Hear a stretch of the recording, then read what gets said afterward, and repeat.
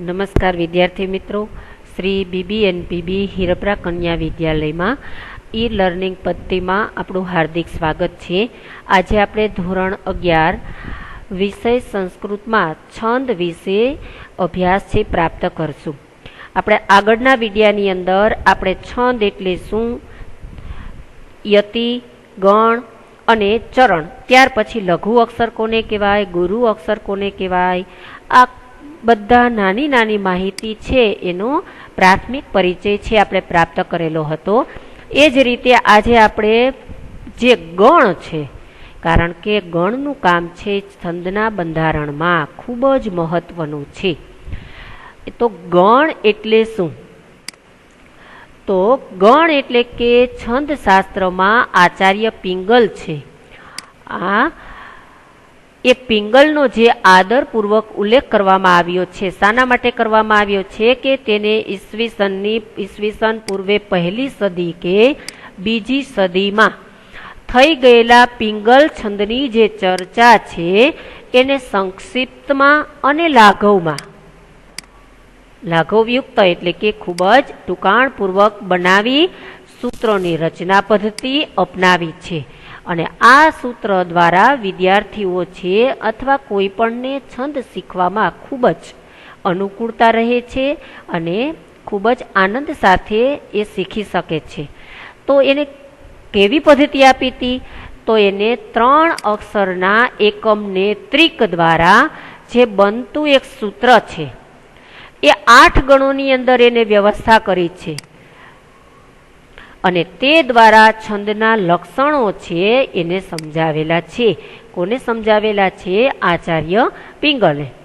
સંક્ષેપમાં આપણે કહીએ તો કે ગણ એટલે શું? તો જે 3 અક્ષરોનો જે સમૂહ છે જેને કહેવામાં આવે છે ગણ।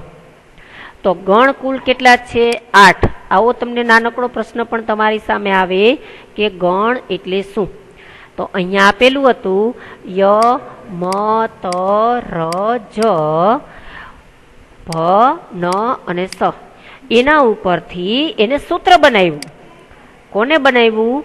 આચાર્ય પિંગલે, કે ય, મા, તા, રા, જ, ભા, ન, સ, લ, ગા।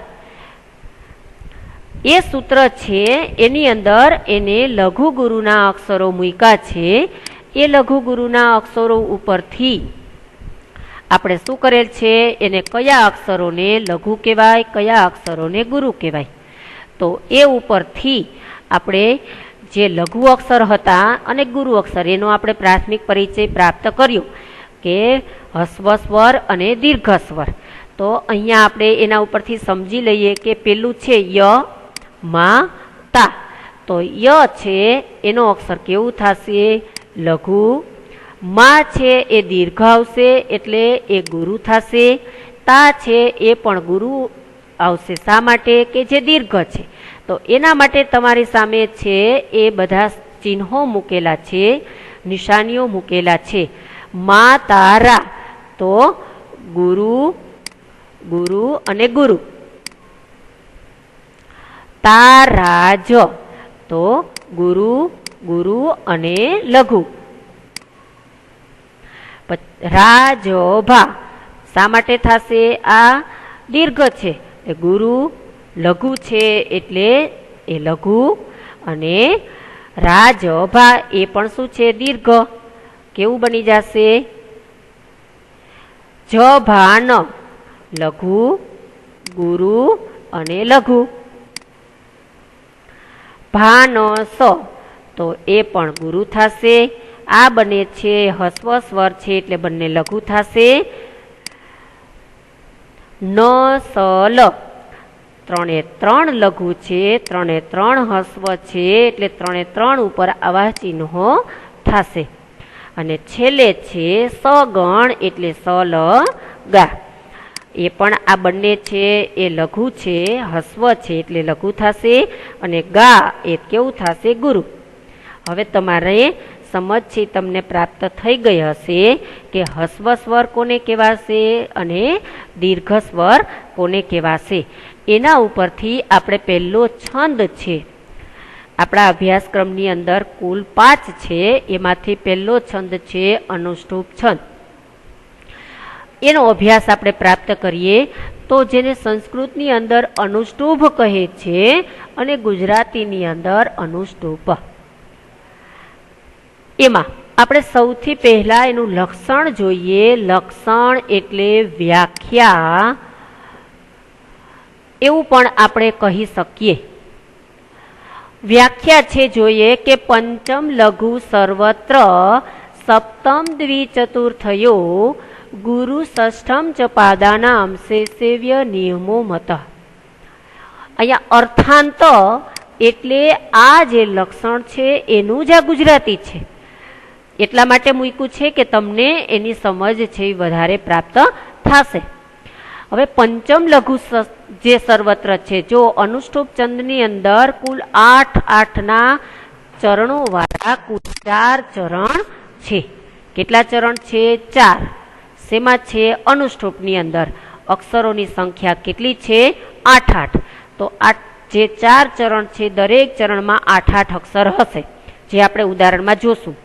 તો દરેક ચરણની અંદર જે પંચમ લઘુ સર્વત્ર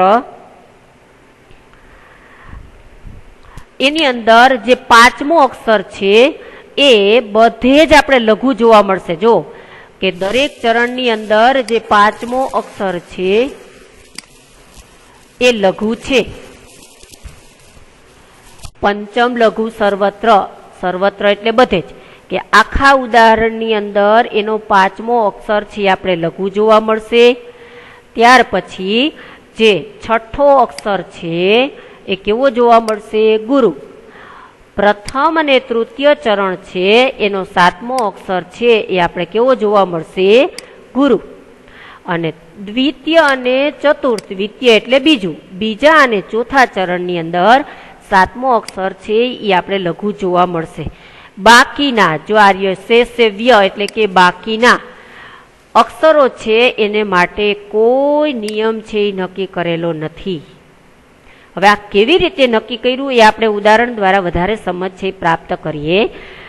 ઉદાહરણ છે ઉદ્યમ સાહસમ ધૈર્યમ બુદ્ધિ શક્તિ પરાક્રમઃ સેડતે યત્ર વર્તન્તે તત્ર દેવઃ સહાય કૃતા. હવે આપણે એવું જોયું હતું કે 8 અક્ષરો વાળા છે એના કુલ કેટલા ચરણ છે? 4 આવ્યું હતું.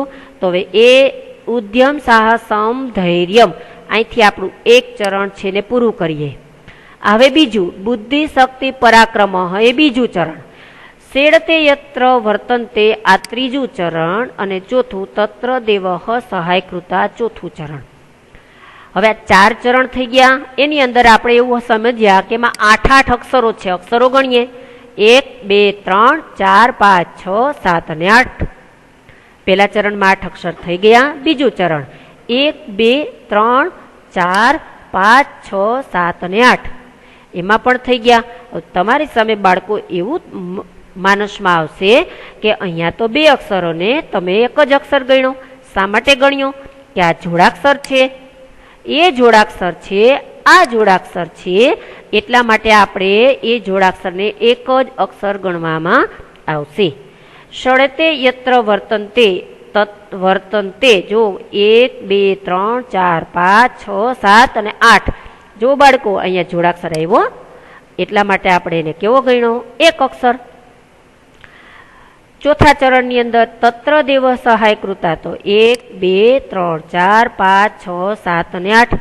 હવે તમારા માનસની અંદર આવશે કે તમે છેલ્લા અક્ષરને ગણ્યો તો નથી, 9 અક્ષર થાય છે, પણ આ છેલ્લો અક્ષર છે જે હલંત છે.